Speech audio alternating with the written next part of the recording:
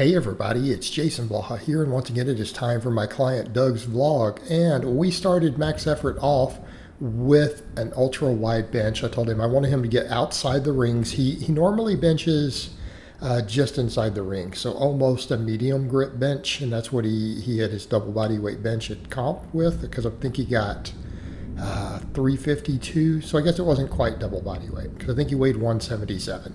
But we're going to go up from there at his next meet. And he tried the really wide grip because, again, we rotate maxes on conjugate. He's like, I got to 335 and that's all I could do. And, which is, I think I know he's hit 355 in training. So he's lost about 20 pounds on that. Sorry, there's a thunderstorm going on out there. He lost about 20 pounds on that going to the wider grip. So we talked about that a little. It's like, well, in this case, probably need a little bit more pec. His delts are strong because you guys have seen what he incline benches, right? You've seen him incline bench 325. Okay, triceps are pretty strong. So, again, if you look at his overall development, because he does a lot of these shirtless, you can tell pecs are probably where his bench is lagging. And I think it's fair to say that when he's benching way outside the rings, he's losing 20 pounds off his max. So, again, not an unreasonable assumption. So for supplemental work for the floor presses, he went ahead and did them a little bit wider. We had talked about it because I was messaging him as he did the ramp up, and I told him, yeah, so let's try the floor presses just a little wider, work the pecs just a little harder on those, and we'll see if that helps. Afterwards, of course, he did his JM presses. We always do a lot of tricep work. Most of my lifters do a lot of triceps. I'm big on tricep work. So we did JM floor presses, then he does rows, he does lateral raises, and then we do some band press downs. All right, for max effort lower day, we did a 3.5 inch deficit. He has enough stuff, he stacked it up, measured it's 3.5 inches. I'm like, yeah, let's run with that.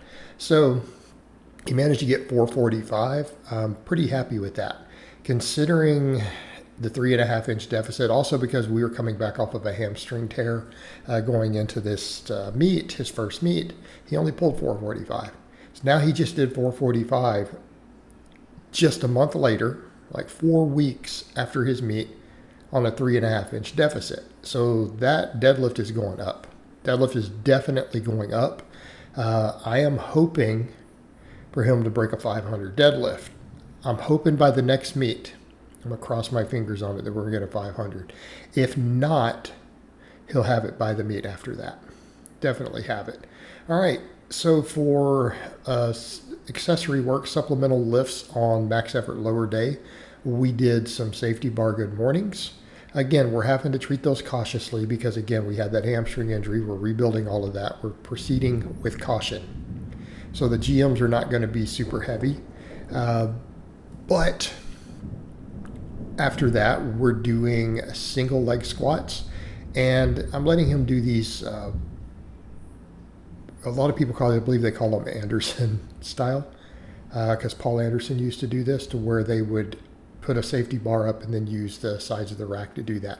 He also found an elevated step, so he can do them on a step. He can get deeper.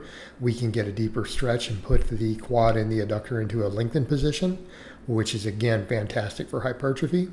And I like a lot of those deep single leg movements like that for my lifters for bringing up their squat, particularly if they don't have access to stuff like a belt squat. I like that. And I'd like to do the same thing sometimes with single leg presses.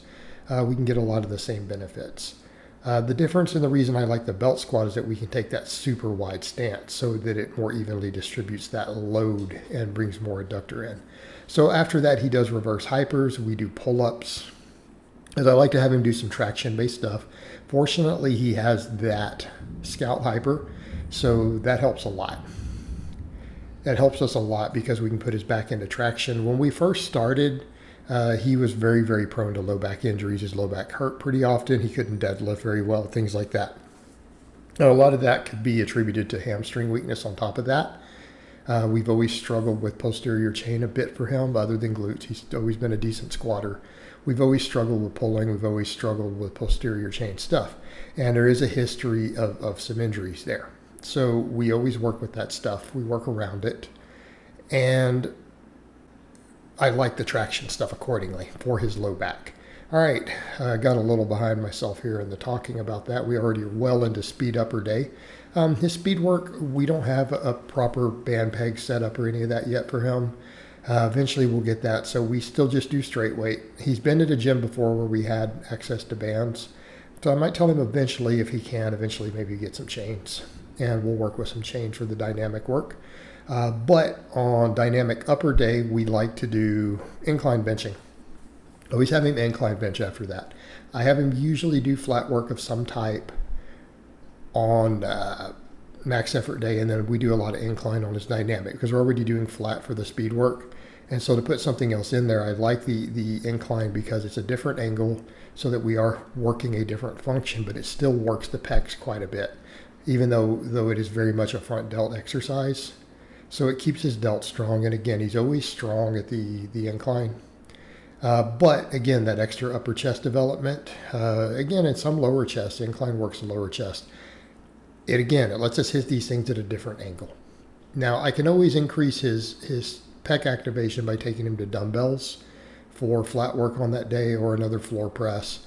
And we may need to do something like that, but I don't want him to lose that incline strength that he's developed, because incline is really, really good for getting you strong out of the bottom of a raw bench.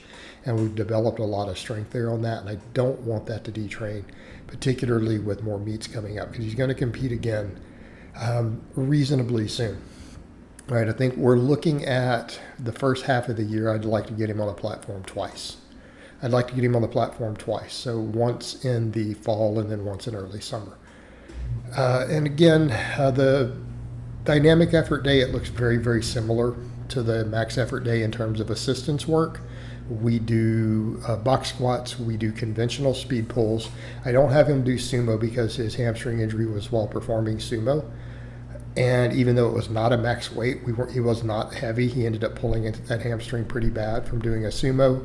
So we've just stayed away from it for now. I want to continue to build his hamstrings further before we risk messing with sumo again in the future. And it was one of those just freak accidents he had. He admitted there were no warning signs. I actually had him at a slightly lower volume phase of his training, so it wasn't overuse. It was not a max that he pulled it on. He was warming up. So these things happen, but everything else looks pretty much the same. We do the same movements and reverse hypers and pull-ups at the end. He's gotten to where he can do 15 pull-ups now. He's like, I think I need to do 12, 12, 12, because he's been doing 10 and 10 and then going all out on the last set, and he's hit 15. So again, Doug's always had a strong upper back and middle back. I've had it in the past where he's done 90-pound weighted pull-ups for work sets. All right, guys, but that's really all I have to say on that today. I hope it's been informative, and I'll talk to you guys next time.